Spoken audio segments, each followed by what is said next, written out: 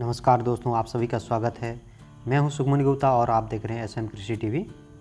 किसान भाइयों, आज हम बताएंगे आपको कि लाल भाजी की ऑर्गेनिक खेती किस तरह से करते हैं, इसके लिए कौन सी जलवायु उपयुक्त होती है, किस तरह की मिट्टी इसके लिए बेस्ट रहता है, लाल भाजी के लिए खेत की तैयारी कैसे करते हैं, उसके उन्नत किस्म कौन कौन से हैं, उसको किस तरह से बोया जाता है, इन सब चीज़ के बारे में आज हम इस वीडियो के माध्यम से आपको बताएंगे। तो वीडियो को बिना स्किप किए अंत तक बने रहिए। चलिए आपको बताते हैं लाल भाजी की ऑर्गेनिक खेती किस तरह से किया जाता है। भाइयों, अगर हम इसके जलवायु की बात करते हैं तो यह तो प्रायः सभी मौसम में इसको लगाने के लिए सही रहता है, लेकिन इसके मुख्य जो लगाया जाता है इसको ठंडी मौसम में लगाने पर हमको अधिक पैदावार देखने को मिलता है। किसान भाइयों, अब हम बात करेंगे इसके लिए कौन सी मिट्टी उपयुक्त होती है। इसके लिए बलुई दोमट मिट्टी, रेतीली मिट्टी, उत्तम जल निकासी वाली मिट्टी अच्छा रहता है। किसान भाइयों, लाल भाजी की जो खेती होती है छत्तीसगढ़ में सबसे ज़्यादा देखने को मिलती है और यह एक छिड़काव विधि से किया जाता है, जिसे छिटकनी विधि से कहते हैं। अगर हम बात करते हैं इसके उन्नत किस्म के बारे में, तो इसके लिए उन्नत किस्म जो आता है पूसा कीर्ति, पूसा किरण करके आता है। जो हमारे किसान भाई हैं पूसा उत्तम करके जो एक बीज आता है उसको उन्होंने लगाने के लिए लाया हुआ है अपने खेतों पर, आप देख सकते हैं। किसान भाइयों, लाल भाजी की ऑर्गेनिक खेती के लिए सबसे ज़रूरी ये होता है कि खेत की तैयारी हम किस तरह से करते हैं और उसमें खाद का प्रयोग। खाद की पहले हम बात करेंगे तो इसके लिए हमको जितना ज़्यादा हो सके गोबर खाद का ही उपयोग करना चाहिए और हो सके तो कंपोस्ट खाद डाल सकते हैं। जितना ज़्यादा हम अपने खेत में गोबर खाद और कंपोस्ट खाद का उपयोग करेंगे उतना ही ज़्यादा हमारा पैदावार जो है अधिक होगा। इसीलिए मैं सजेस्ट करूँगा उर्वरक से आप ज़्यादा गोबर खाद का ही उपयोग करें तो बेहतर पैदावार आपको देखने को मिलेगा। किसान भाइयों, अब हम बात करेंगे खेत की तैयारी किस तरह से किया जाता है। तो सबसे पहले क्या होता है, हम ट्रैक्टर की सहायता से 2 से 3 बार गहरी जुताई कर लेते हैं। कल्टीवेटर की सहायता से एक बार उसको चलाकर उसको समतल करने के लिए पाटा चला देते हैं, जिससे हमारा जो मिट्टी होती है भुरभुरा हो जाती है, जिससे हमें जो बीज है रोपाई करने में आसानी हो। इस तरह से हम तैयार कर लेते हैं अपने खेतों को।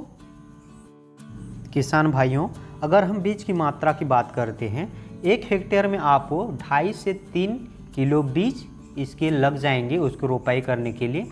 अगर 1 एकड़ की बात करते हैं तो कम से कम आपको 1 केजी बीज लग ही जाएंगे। तो आप 1 केजी बीज लगाएंगे तो आपको पर्याप्त मात्रा में खेत पर हो जाएगा। किसान भाइयों, अब हम बात करेंगे इसकी रोपाई किस तरह से किया जाता है। जैसे कि हमने खेत की तैयारी की थी, उसको हम समतल किए हुए थे। उसके बाद वहाँ पर हम क्या करते हैं, क्यारी बना लेते हैं। ठीक है, छोटे छोटे क्यारी बना लेते हैं और बीच में एक नाली छोड़ लेते हैं, जो कि 50 से 60 सेंटीमीटर का जो नाली रहता है, जिससे हम पानी पुलोने का भी काम करते हैं और जो हमारा एक्स्ट्रा पानी रहता है वो उससे निकल जाता है। तो इससे हमारा जो फसल है जो है ख़राब होने का चांसेस बहुत ही कम हो जाता है। ठीक है, रोपाई करने के लिए क्या करते हैं हम, बालू की सहायता से, क्योंकि जो लाल भाजी की जो बीज रहती है बहुत ही नगण्य, बहुत ही छोटे छोटे होती हैं, जिसको बुआई करते समय एक जगह पर ज़्यादा गिरने का संभावना होता है। इसके लिए हमें क्या करना है, बालू में मिला लेना है। जितना भी हम खेत में खेती कर रहे हैं उस हिसाब से बीज लाते हैं तो उसको सबको बालू में मिला लेना है। बालू मिलाने के पश्चात बालू की सहायता से ही हमको अपने खेत पर छिड़काव विधि से उसको छींट कर लगाना ही चाहिए। किसान भाइयों, बीज की बुआई करने के पश्चात हम उसमें पानी की सिंचाई कर देते हैं। ठीक है, जैसे हम पानी की सिंचाई करते हैं तो आपको देखने को मिलेगा कुछ दिनों के पश्चात छोटे छोटे पौधों का अंकुरण होने लगता है और धीरे धीरे हमारा जो पौधा होता है ग्रोथ करने लगता है और बड़ा होते जाता है। अगर समान रूप से पौधे का उगाई नहीं होता है अपने खेतों पर, तो उसके लिए हमने जो बीज लगाए थे वो अच्छे तरह से अंकुरण नहीं हुए। उसके लिए क्या करना है, कार्बेंडाजिम करके एक रसायन आता है, उसको अगर हम बीज में लगाने से पहले उसको मिला लेते हैं, जिससे हमारा बीज उपचार हो जाता है। उसके पश्चात हम उसको बुआई करने पर हमको अधिक से अधिक पौधे अपने खेतों पर देखने को मिलेंगे। किसान भाइयों, अगर हम सिंचाई की बात करते हैं तो इसको 6 से 7 दिन के अंतराल में सिंचाई करते रहना चाहिए।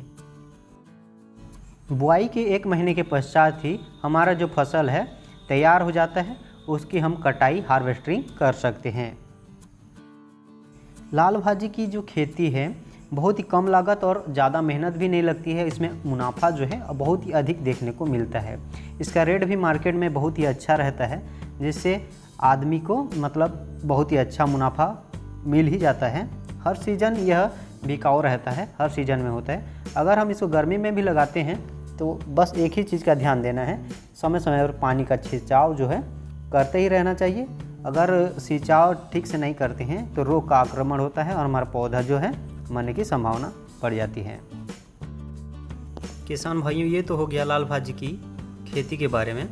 अगर वीडियो से कुछ फ़ायदा मिलता है, आपको कुछ जानकारी कुछ सीखने को मिलता है तो वीडियो को लाइक कीजिए और ज़्यादा से ज़्यादा अपने दोस्तों में शेयर कीजिए। मिलते हैं अगले वीडियो में। ऐसी इन्फॉर्मेटिव वीडियो की जानकारी हम इस चैनल के माध्यम से लाते रहते हैं, तो चैनल पर नए हैं तो सब्सक्राइब कर दीजिए, पास रहे बेल आइकन के नोटिफिकेशन को ऑन कर दीजिए ताकि हमारा वीडियो जब भी हम डालें तो आपके पास सबसे पहले पहुंच जाए। मिलते हैं अगले वीडियो में। जय जवान जय